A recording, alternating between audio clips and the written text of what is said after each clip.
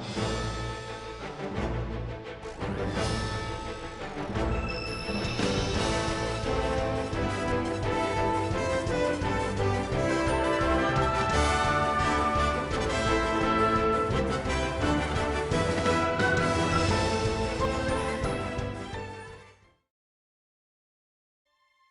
what's going on, guys? Welcome to Final Fantasy Brave Exvius video, and this video is not gonna. It didn't really work out.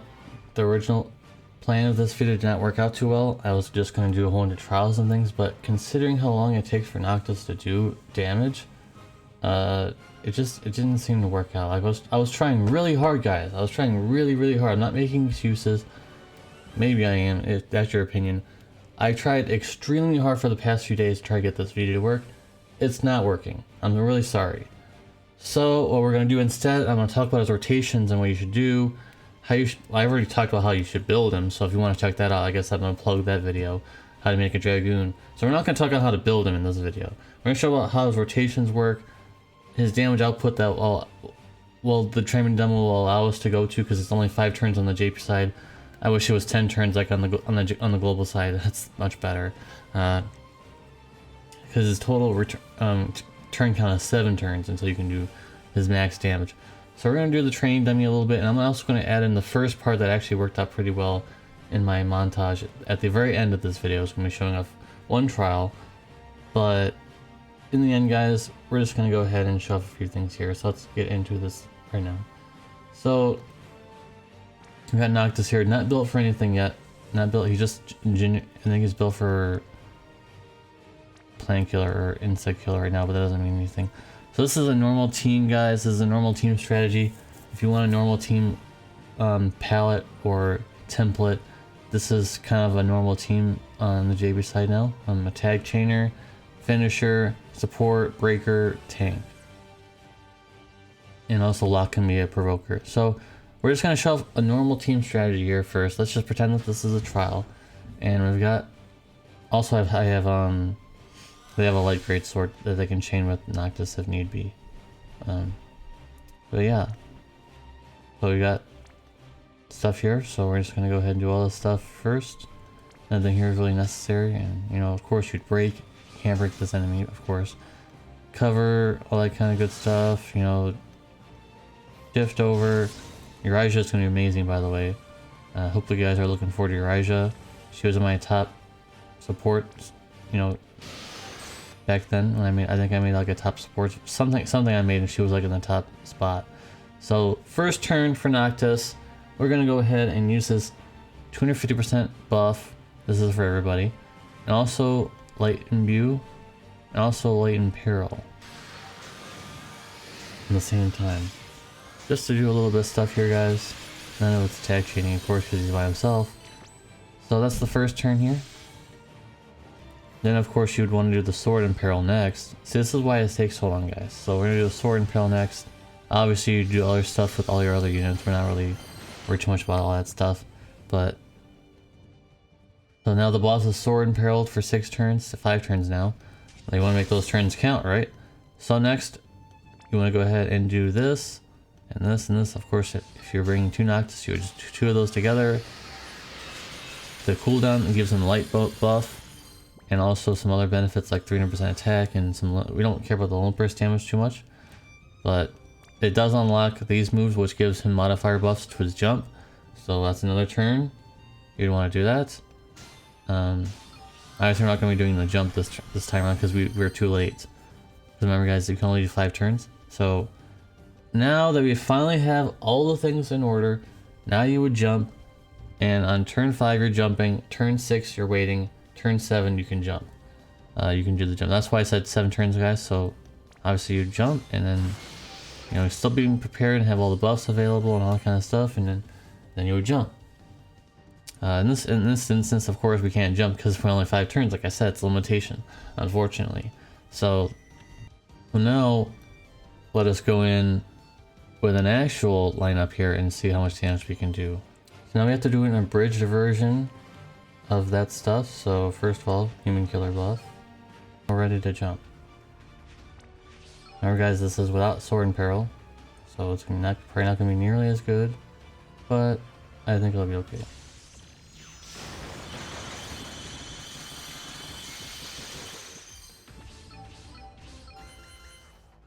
And they're giving human killer, by the way, if I didn't mention that. That's a lot of damage there, guys. 20 million. With just... He doesn't even have 300% human killer. It's impossible to squeeze it in. Not impossible, but there's not enough equipment right now to make it so it's possible right now. So... 20... I think it's 20 billion. I said 20 million. Whoops. 20 billion, I think, is pretty good for our limited setup here. Of course, if we had the sword in peril, we'd be doing a lot more of damage. So, I'm going to show you guys in case you guys just want to know. But I already showed you my build in general on the how do you build Dragoons video. I know we're over the cap, but if we take any of this stuff off, we're going to be under the cap. So that's a very bad situation right now. And I am using their vision card just. It's a little easier sometimes, so sometimes you can use their vision card, sometimes you can't. All that kind of stuff, and yeah, so there will be a video after this. I'll just be doing the Tonberry trial. If you are interested in seeing 2 Noctises finishing, it was very quick.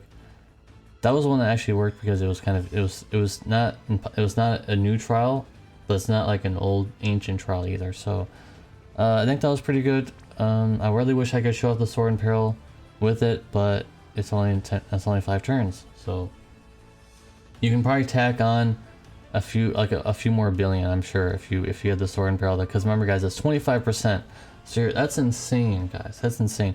You're already doing a lot more damage with that. So actually, I just figured out something else I could possibly do. Let's do something else too. This will be able to help him do even more damage. This will be like a kind of like a substitution for the sword in peril, give or take, because we have Nyx here who will be able to do like a zone effect on his limit burst. So alright, here we are, guys.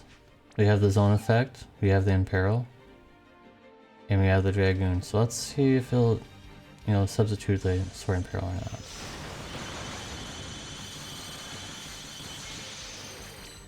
I'm interested to know. It definitely did. So just think of that, guys. Remember, if we could have sword in peril on that, that'd be pretty great. That's really awesome. That just increases damage by over 3 billion more, guys. 3 billion more damage we just did because of a 25% more in peril on that. So just think of a way we could just have them at a 7-turn count where you could have the sword in peril instead. Just think of that, guys. That would be pretty great.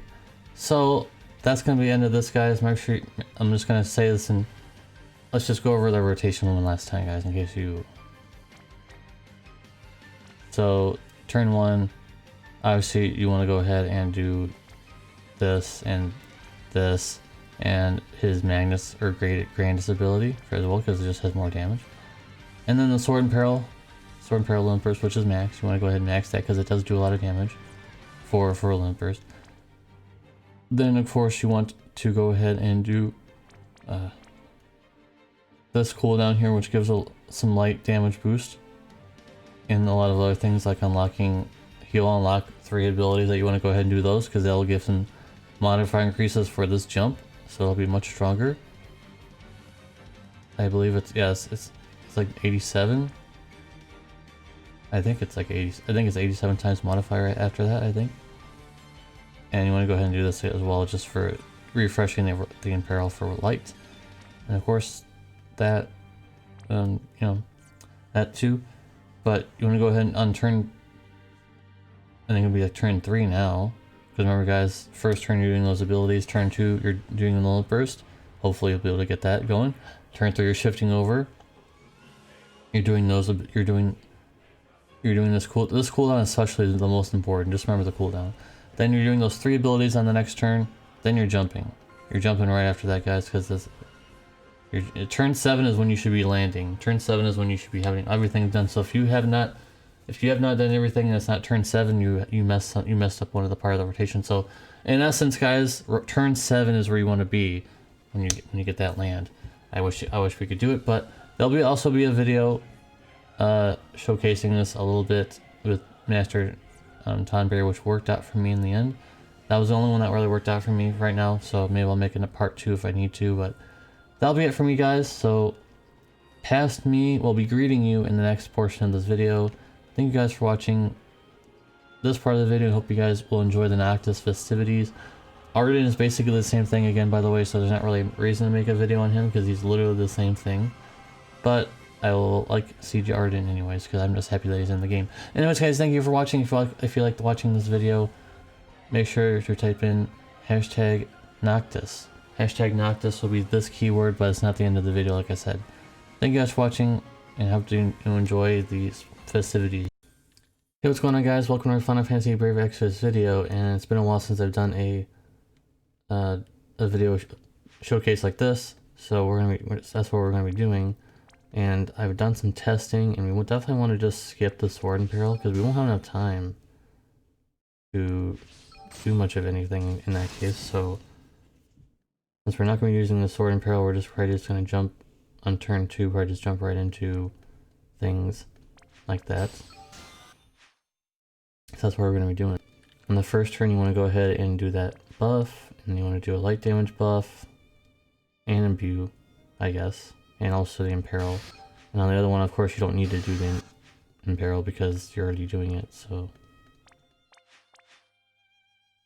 much the same could be said about the buff, but just it won't line up if you don't do it at the same time anyways, so it won't line up that well. So yeah, and you can't triple cast it, unfortunately. It would be so much better if you could just like do like multiple selections, so that you could use this and then it would darken, and you could use this and it would darken, and then you could jump afterwards after you use these things. I think that's like the next level of Dragoons, is being able to triple cast and having you can use the Dragoon jump at the end. So I think that's pretty good, but guess not for now. And we're just kind of you know, sitting around waiting for Noctis to come back. All that kind of good stuff. Not really doing anything special here right now. Hopefully this goes through. Because we only have one more turn, so hopefully this goes through, guys. We only have the one turn left before they get us. So, yep, there we go. That's instantly already, and that was only, remember, guys, that's 2 chainers, but it's that's a lot of damage there, guys. On such a short turn, like such a short burst. Of course, 2 of them is really remarkable. Maybe I'll show off just 1 and 2 chainers, but I think 2 is pretty good because it's pretty easy to use.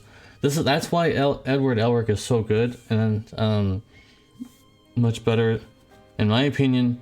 Yes, they're much weaker than Rain and Fina, but they're non-elemental tag chaining, so you can make. I guess I should show the build really quickly before we move into the next one.